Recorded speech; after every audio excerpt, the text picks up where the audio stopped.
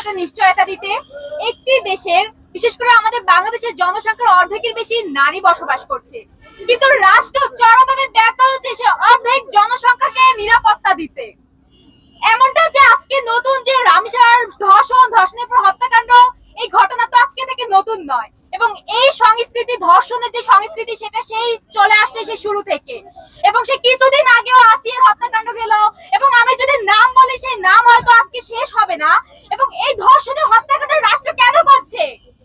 সেই ধর্ষককে রাষ্ট্র আইনের মারপ্যাচ এত দুর্বল কেন হবে, যেখানে রাষ্ট্র ধর্ষককে নিয়ে বাঁচিয়ে রাখছে? আমি তো মনে করি না একজন ধর্ষককে ফাঁসি তার এই সহজ মৃত্যু কাম্য। একজন ধর্ষককে যদি প্রকাশ্যে রাষ্ট্র ফাঁসি দিত এবং দৃষ্টান্তমূলক যদি শাস্তি দেওয়া হতো, তাহলে আজকে যারা ধর্ষণের চিন্তা মাথায় নিয়ে ঘুরছে, যে সকল পুরুষরা যে ধর্ষণের চিন্তা মাথায় নিয়ে ঘুরছে, তাদের একবার হলো ভাবতো যে ধর্ষণ করলে এর পরিণতি মৃত্যু হবে। অ্যাটলিস্ট রাষ্ট্র যদি সেই সিচুয়েশন তৈরি করে দিত, তাহলে আজকে রামচার মতো হত্যাকাণ্ড শিকার হতো না। আজকে আমরা বিক্ষোভ মিছিল করছি, কিন্তু কালকে হয়তো আরেকজন রামিসাকে আমরা খুঁজে পাবো আরেক হচ্ছে বাসার রুমে। কেন আমাদের এরকম দেখতে হবে?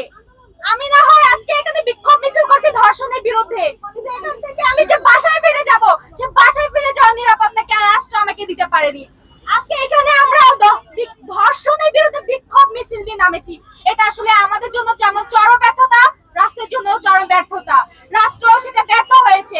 আসলে রাষ্ট্র কি নিয়ে ভাবে? একটু আগে আমার এক সিনিয়র আপু বক্তব্য দিয়ে গেছে খুব চমৎকার ভাবে, এবং আমি সেটা শুনেছি। রাষ্ট্র আসলে কিসের জন্য চিন্তা করে, এবং রাষ্ট্র যদি নারীদের সুরক্ষা নিয়ে চিন্তাই না করে, তাহলে তাদের ব্যবস্থাটা কি নিয়ে? আমি সকলের প্রতি আহ্বান করব, যাতে রাষ্ট্র অবিলম্বে ধর্ষককে বাঁচিয়ে না রেখে, ধর্ষককে খাইয়ে পড়িয়ে বাঁচিয়ে না রেখে, এবং আইনের দুর্বল মার পেছে তাকে যেন দ্রুততম শাস্তির ব্যবস্থা করা হয়। এবং আমাদের এই যে রাষ্ট্রের বিচারহীনতার যে সংস্কৃতি চলছে, এমন পর্যায়ে চলে গেছে যে রামিসার বাবা আজকে বলছে যে রাষ্ট্র বিচার করতে পারবে না, এবং সে কার কাছে বিচার দিবে? কালকে আমার মৃত্যু হবে, পরশু আমার আরেক বোন ধর্ষিত হবে, এরকম আমরা আরেক বোন ধর্ষিত হতেই থাকবে, কিন্তু রাষ্ট্র কোনো বিচার করবে না। আসলে আমরা রাষ্ট্রের কাছে এমন কোনো কাম্য করি না। আমাদের ব্যাপারটা এমন হয়ে গেছে যে সেই আইএমএ জাহালিয়া যুগকে আমরা হার মানিয়ে ফেলেছি। নৃশংস হত্যাকাণ্ড, জঘন্য হত্যাকাণ্ডকে আমরা আসলে সবাই নিন্দা জানাই, এবং আমরা চাই রাষ্ট্র বিচার করুক এবং আমাদের দেশের নারীদের, শিশুদের নিরাপত্তা নিশ্চিত করুক।